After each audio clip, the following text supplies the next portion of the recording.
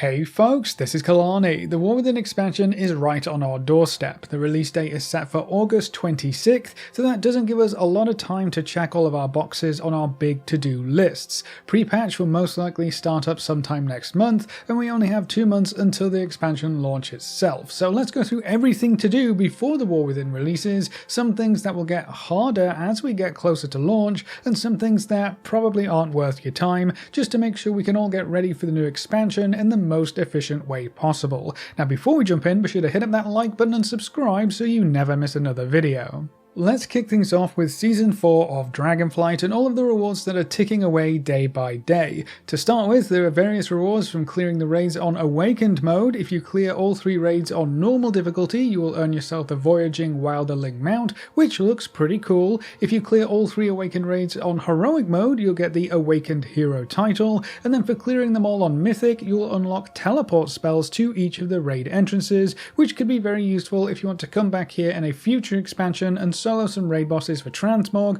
or to just quickly travel around the map. Some of these achievements will get easier when the pre-patch goes live, as the Awakened raid rotation will end, and then all 3 raids will be awakened at once. So if you want to wait for that to start clearing them, you won't have to pay any attention to the raid rotation anymore, because there won't be one. That will make it easier to pick up the last boss kills that you need, and secure all of these achievements before the expansion ends. A very important note is that when all 3 raids become awakened in pre-patch, that will also make other activities quite a bit harder. We're not sure if we will be able to turn off Awaken this time, and if we can't, then anything you are farming in the older raids will have to be farmed on Awakened, which will make things much harder. So if you're still trying to farm Sarkareth for the Evoker Legendary, or Farak for the Legendary Axe, both of those legendaries will be harder to obtain on Awakened mode, so they're going to be harder in pre-patch. The Heroic Farak Full Transform Manuscript is another reward you might want to pick up early. You have to kill Farak on Heroic mode, which is going to be much easier when the raid is not awakened. The Mythic raid mounts for both Aberrus and Amirdrasil are also still available until the expansion ends, and clearing those raids on Mythic is much easier when compared to clearing them on Awakened Mythic, so those are 2 other rewards that might become quite a bit harder to obtain after every raid becomes awakened all at once in pre-patch. So if you want any of these things, or just any transmog or other rewards from the Dragonflight raids, you might want to grab them before the pre-patch starts. Now before we continue, today's video is sponsored by Once Human. Once Human is the strangest post-apocalyptic game I've had the pleasure of playing. Team up with friends in co-op PvE to face off against all manner of misshapen and malformed monsters and bosses as you fight for survival in this messed up landscape. Or you can fight amongst yourselves in PvP with 4,000 players per server. Once Human releases on July 9th, and during the recent demo it was among the top 10 most watched games on Twitch, it topped the stream trending list, and it's one of the most wish-listed upcoming games. There's a thriving community on Discord, and the pre-orders just keep piling up, so there's a lot of excited players wanting to jump into the action. With beautiful realistic graphics, you'll be fully immersed in this weird landscape, and it doesn't matter which device you're playing on, you'll have an excellent gameplay experience. The world is also huge, boasting a 256 square kilometer open world map with diverse terrain and landscapes, so there's always something new to explore. I'm most excited about fighting those massive bosses and figuring out their attack patterns and mechanics. It's just like a raid boss, and I can't wait to find out what loot they all drop, so be sure to click the link in the description and wishlist Once Human on Steam today. Something else you will probably want to do before Season 4 ends is to spend your bronze bullions. These vendors will most likely disappear as we head into the War Within, so if you don't spend your bullions, you might lose them. Bronze bullions come from killing Awakened raid bosses, even on LFR, and if you haven't played at all in Season 4, you will probably be able to acquire quite a few of them at this point. You can buy gear if you really want to, but I would mostly focus on transmog and collectibles at this point in the season. You can buy any weapon transmog from any of the Dragonflight raids and any colour variation for just 1 bullion each. So if there's something you really want to add to your collection, this is going to be the easiest way to get those transmogs quickly. Don't forget that you can also buy the Slime Cat mount from Shadowlands using your bullions as well. That mount has been unobtainable since Shadowlands ended, so there's no other way to pick this up if you don't have it already. It may end up coming back at the end of the War Within, I guess, if we have another Season 4, but for now this is a pretty special mount, so if you want it, don't forget to buy it before Dragonflight ends. Then we also have quite a few Mythic Plus rewards that will be going away as well. If you can obtain a Mythic Plus score of 1500 or above, you'll earn yourself the Keystone Conqueror achievement, which rewards you with the Draconic title, which is pretty cool, and we probably won't see many more dragon related titles as we head into the War Within. If you can push a bit further and obtain 2000 Mythic Plus score or above, you'll nab yourself the Keystone Master achievement, which rewards the Infinite Armadon mount. I know we've had quite a few of these at this point in the expansion, but I do think the Infinite Color Scheme is the best version of this mount, so you'll definitely want to pick this one up. If you want to push your keys even further, you can unlock teleport spells to each of the Dragonflight dungeons by completing a plus 10 key or above and earning the Keystone Hero achievement for each dungeon. Now this won't be particularly useful if you pick them up in a previous season, but if you don't have these teleport spells yet, they could be quite useful sometime in the future for quickly getting around the map, returning to specific zones and areas of the Dragon Isles, or maybe for soloing that content later on for transmog achievements. And then we have the same kind of deadlines for Season 4 PvP rewards. This includes the Season 4 Gladiator mount and title, this season's set of elite PvP gear for each class, as well as the vicious mounts for winning games of rated PvP. All of that is going away when the season ends, so you don't have much longer if you want to get your hands on some of these PvP prestige rewards. The other major deadline that you need to be aware of is the Mists of Pandaria Remix event and when it ends. Whenever you log in, you should see a big days remaining notice on the top left of your character select screen telling you how long the Mists of Pandaria event will be running for, so at least that's nice and obvious and you don't have to do any actual work figuring out how long we have left. The Remix event offers quite a few different activities and rewards, but the main two are going to be the massive amounts of collectibles you can unlock and the ability to quickly level up your alts. Everything in this event is going to cost bronze, which is a very simple currency to farm. You can either do the raids, focus on completing daily quests, or just leveling up multiple characters. There are vendors who sell mounts, toys, and a mountain of transmog, so if you are interested in picking up any of this stuff, you do have a time limit before it all goes away, or just becomes harder to obtain. If you're more interested in leveling up an army of alts, this event is also the fastest way to level that we've ever seen. You can level up to 70 in just 2 hours, and I don't think any other event has given us the ability to do that. So whether you want one max level alt of each class,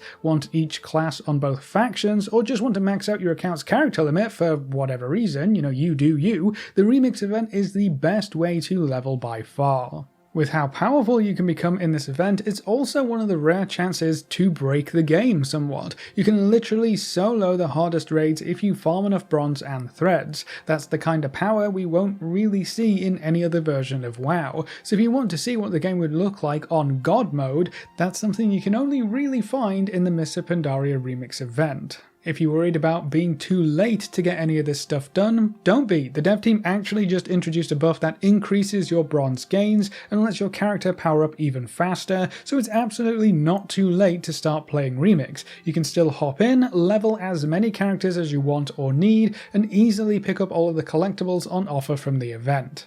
Now, something that you may not be aware of is a special black market auction house vendor that has some time-limited goodies that will also be going away around about the same time as the expansion launch. Miss Zulan sells a bunch of gold-related items, so a gold scarab mount, golden weapon skins and models, and some troll-related armor transmogs as well. The only big catch here are the gold costs. These are supposed to be huge gold sinks, so if you want to pick up any of this stuff, you are going to need a lot of gold. What's interesting is that the vendor specifically says these items will only be available until the end of August, which lines up with the release of the War Within. So basically, when the War Within starts up, all of these items will move to the black market auction house, so they will be much harder to get your hands on, and they'll probably end up being a lot more expensive as well. So if you want any of these goodies and you have the gold to spare, they won't stick around forever. If you've got all of your end of season stuff done, or maybe you're just not that interested, now is also the perfect time to get your alts all leveled up. Not only will this give you plenty of choices for which characters to play in the War Within, but leveling up your alts could also have quite a few additional benefits this time around thanks to the new warband system.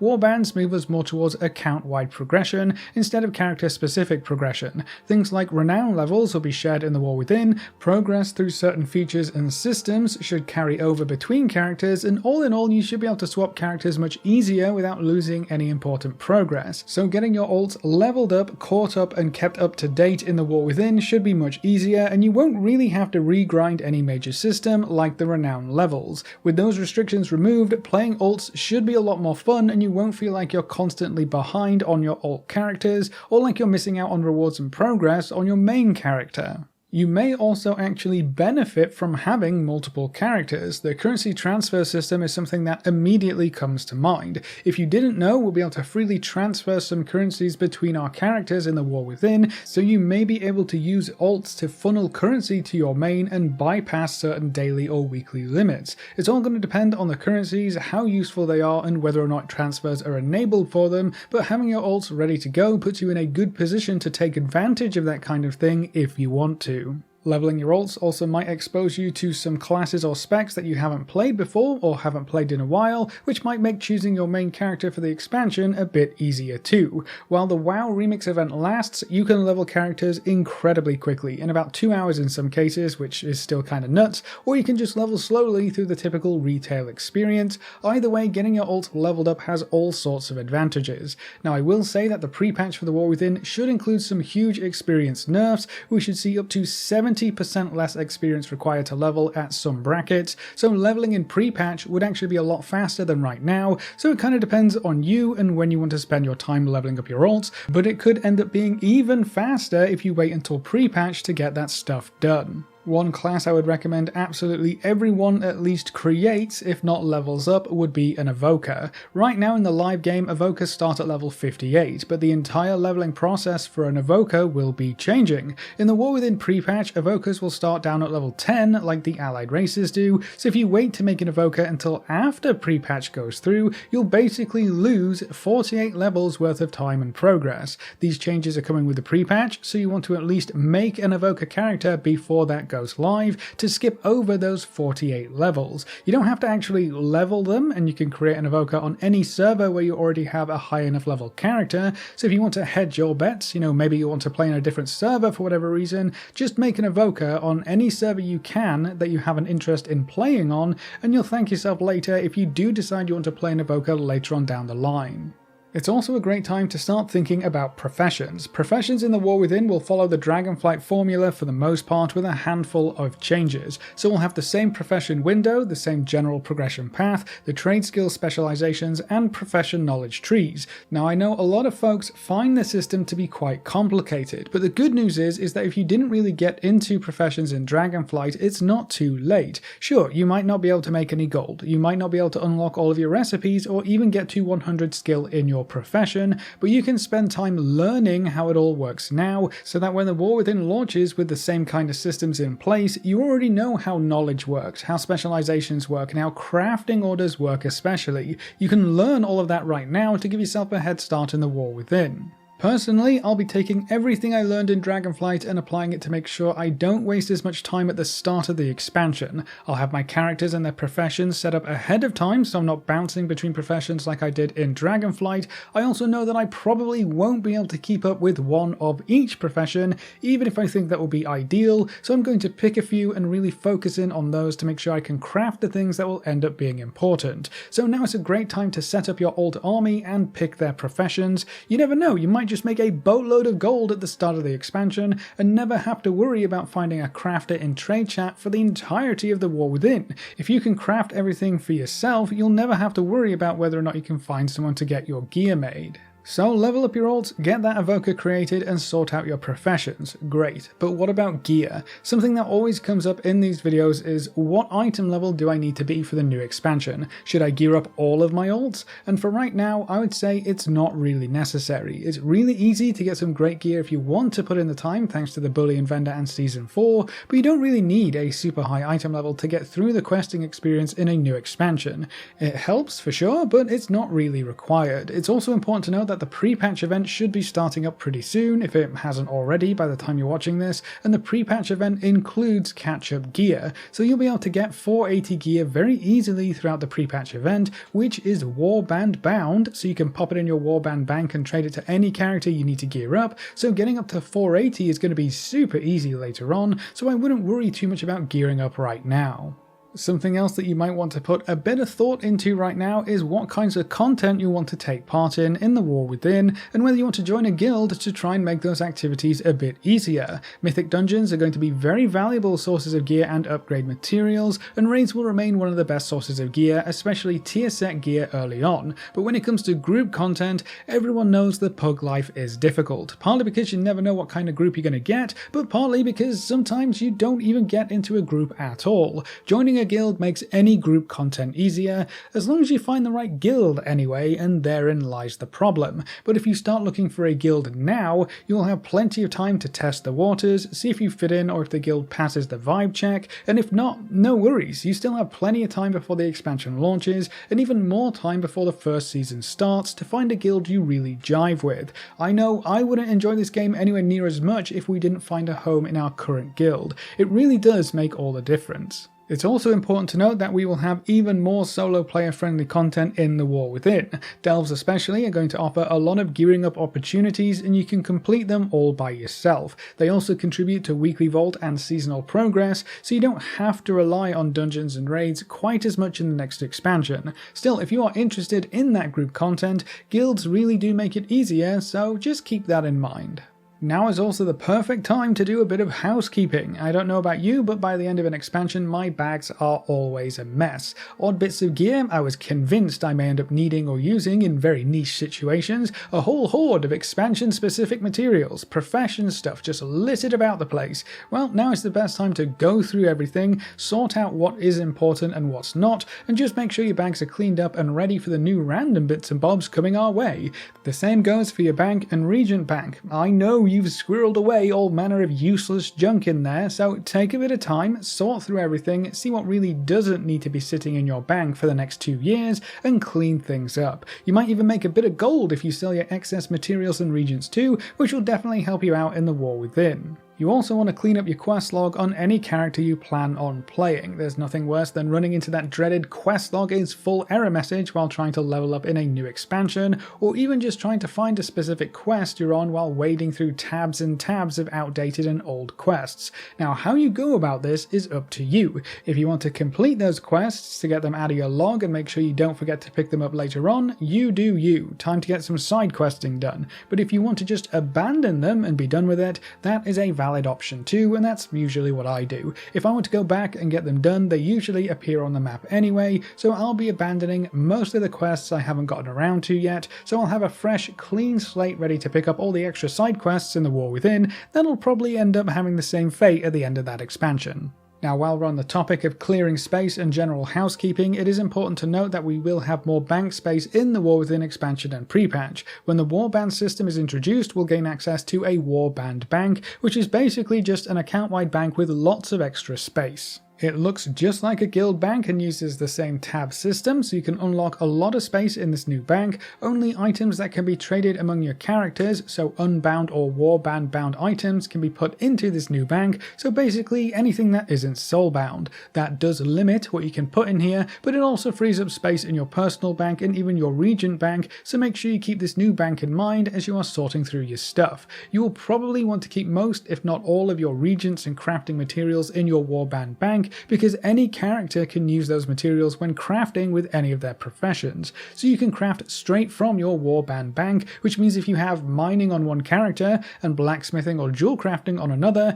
you don't actually have to send those ores and metals to a specific character anymore. You can just pop them in your warband bank, and any other character who can use or benefit from those materials can do so, and you don't even have to visit your bank to withdraw them. So this new storage option will actually make it much easier to maintain multiple professions over several characters, so that's also another reason to get your alt army all ship shape and pick which professions you want each alt to use. I guess now is also a good time to bring up gold, because those warband bank tabs are going to be quite expensive. There are 5 tabs total and will cost you increasing amounts of gold to unlock each one. So the first tab is just 1000 gold, but it quickly ramps up to 2.5 million gold for the 5th tab. The grand total for unlocking all of these tabs currently sits at 3.1 million, so it will cost you about 600k to get the first 4, and then only the real goblins will have that 5th tab. But this does mean that the more gold you have, the more space you're going to be able to unlock for all of your warband items and gear. Gold can also be very useful for plenty of other reasons too, even more so at the start of an expansion. You can buy materials to kickstart your professions, which can lead to even more gold making opportunities. You can buy gear to help smooth out the initial gearing process, or even buy quest items to speed up grindy quests or reputation farms. Gold can be a shortcut for all kinds of time-based activities, so if you find yourself looking for something to do in-game, it's a great time to farm a bit of extra gold to make the start of the War Within expansion a bit smoother and easier.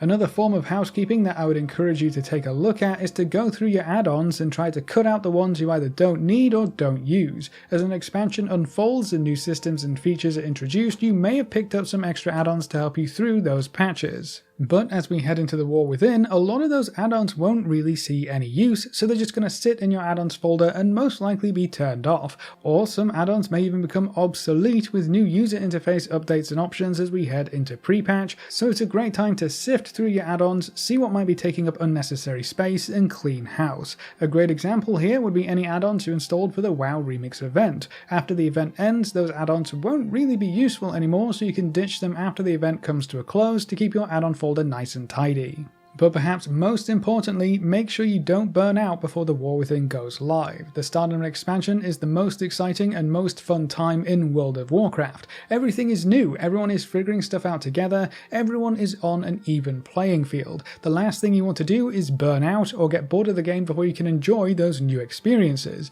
So if you need to take a break, maybe play something else for a bit, do that instead. Decide what's important to you, maybe get a few things ticked off this list, and then just chill until the War Within comes out. We will have plenty to do in the new expansion, but that's everything to do before Dragonflight ends and the War Within releases, so that's it for this video. What are you going to be working on as the expansion comes to a close? Is there anything missing on this list that you would encourage your fellow players to get done? Leave all your thoughts in the comment section below. A big thank you to all of our supporters over on Patreon and to all of our members here on YouTube. You can see their names floating by on screen. If you're interested in supporting the channel, you can find links in the description or click the join button just below the video. If you enjoyed the video or found it useful in any way, make sure to subscribe and ring that notification bell so you're always kept up to date. Thanks for watching folks, good luck and have fun, and as always I will see you next time.